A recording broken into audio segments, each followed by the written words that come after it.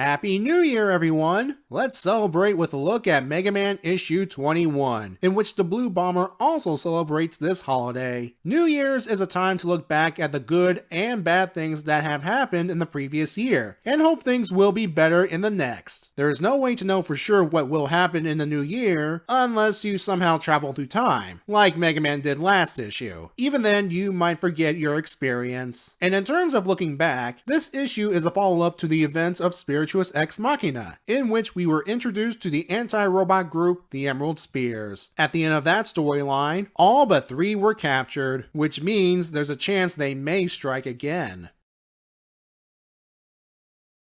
We begin with Mega Man fighting Xander Pain. Already? At least we'll get to the end sooner than planned. Actually, this is a case of how we got here as we flash back to earlier that evening. Mega Man is the guest of honor at this year's New Year's celebration. It's good that the people recognize our hero's efforts. After giving a speech, Agent Krantz asks him to help the police with security. Agent Stern appears to give us some exposition involving the Emerald Spears. Turns out while Harvey Greenleaf, again that name, was the leader, he left the majority of the organization efforts to Xander Pain. Speaking of which, we see Xander meeting up with his brother Theo and the redhead Simone. The latter two are disguised as maintenance workers in order to plant a bomb in the New Year's ball. The goal being to wipe out not only Mega Man, but the citizens that adore him. Jeez. A surveillance drone swinging by reminds the trio that they need to be cautious of the police tonight. Xander orders the two to get rid of the surveillance drones while he takes down a sniper position. Meanwhile, we have Agent Stern lecturing Mega Man about gut instinct, that while robots can scan and analyze the situation, they cannot feel it. Sure enough, that's when Agent Krantz reports the loss of a drone. She leaves to sweep the rooftops and tells Mega Man to back up Stern. Stern decides to follow his gut and tells Mega Man not to interfere. What will our hero do? He's faced with 2 conflicting orders, plus he's not programmed to hunt down Xander. However, he can use Xander's obsession with him to his advantage. Back over to Theo and Simone, who's shooting down more Blader drones. She wants to bail on the whole thing, but Theo wants to see this through for his brother's sake. He's that loyal, and it's for that reason that Simone makes out with him. Yeah, it seems they're an item. Well, when your options are either a one-eyed nut job or a loyal weenie, gotta find fireworks somehow. Which brings us to Mega Man's plan. He's flying on Rush Jet out in the open, with fireworks blasting in the sky, in order to draw out Xander. It works as he takes a shot at Mega Man, striking the helmet. Minor damage aside, Mega Man succeeds in locating the loon. Agent Krantz tracks down the others, and we learn that she and Simone were academy buddies. Apparently Krantz reported her for some incident, and because of that, Simone left. We don't know if it was either voluntary or not. It doesn't matter because thanks to Theo being nearby, Krantz is able to subdue both of them. Agent Stern surprises the fleeing Xander. He tries to convince Stern that robots will make humans obsolete. He agrees to a point, that robots make human lives cushier, but Stern is still on the side of the law, and is ready to bring Xander in. Or not. Xander leaves Stern dangling over the edge as he goes for the light ball. As Mega Man arrives, Stern tells him to follow Xander, which brings us back to the beginning of the issue. Xander has activated the bomb. Its countdown coincides with the countdown to the new year for the record. Mega Man disarms Xander by just going for it, taking a page from fellow robot Johnny 5. Mega Man has Rush carry the bomb out of range, and one blast later, we celebrate the new year in style. We then get a montage of what's happening at the moment. Dr. Light and Roll are hugging each other outside. Dr. Cossack is watching while holding the sleeping Kalinka. I assume they're in town nearby. Time Man is adjusting his clock. A bored Splash Woman waits for a partygoer to fall overboard. Dr. Lalende celebrating with Tempo. Breakman's watching the new year reflected on his visor, though shouldn't the picture be reversed? And finally, we have these 4 robots, presumably at Light Labs, making a toast before chugging on E-tanks. Xander wants Mega Man to finish him off, but Mega Man is programmed to help people, not hurt them. Xander sees this as a weakness and thinks he can still win in the long run. Yeah, keep dreaming, pal. Agent Stern escorts Xander while complimenting Mega Man, again in his own way. We end the issue with Mega Man giving another speech, this time saying his New Year's resolution. He wants to be more like the people, to be the best he can be, with inspirations like Dr. Light and Agent Stern in mind, and trying to avoid the negative traits as our captured Emerald Spears here demonstrated. Hopefully this will make Mega Man connect with humanity better, and thus help them more.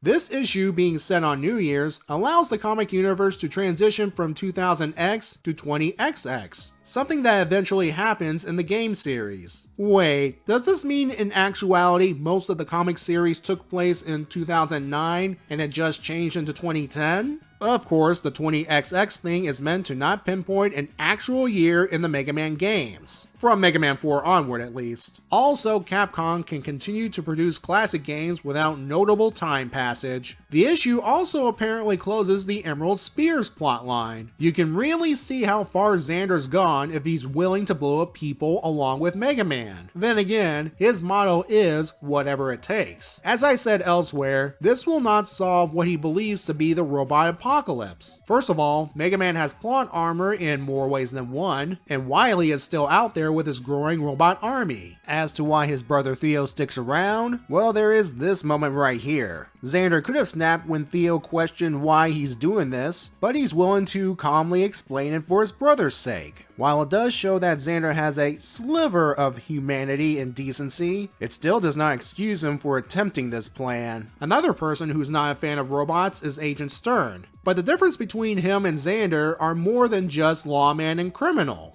Stern sees robots as tools that can soften humanity, make them more complacent. We can infer that Stern is of the old-fashioned hard-working generation, and there's nothing wrong with those that prefer the old ways, the working ways. At the same time, technology, robots in this case, can make lives better for humanity. While it is true that there are situations that require just robots, such as quickly building a dam during a heavy rain season, it is the intention of Dr. Light and those that share his mindset for humans and robots to work together for a better future. The whole Krantz and Simone thing. While I'm normally a fan of world building, this came out of nowhere. Coincidences can happen, but this here is something I felt has been tacked on. Is this an attempt for Agent Krantz to have a rival of sorts? Because nothing comes from it, since the 3 Emerald Spears members are captured at the end. The art is still good, but I think Ryan may have unintentionally de-aged Agent Stern at a few places. I'm giving this issue a 7. It's a nice little one-off issue that has our hero learn good and bad things about humanity and is inspired to become better in the next year. And Mega Man has quite a year coming up, including meeting his estranged brother, fighting an alien supercomputer, and perhaps even teaming up with another video game icon. But first, he has to deal with role-playing matchmaker, which we'll see in the next issue. See ya then.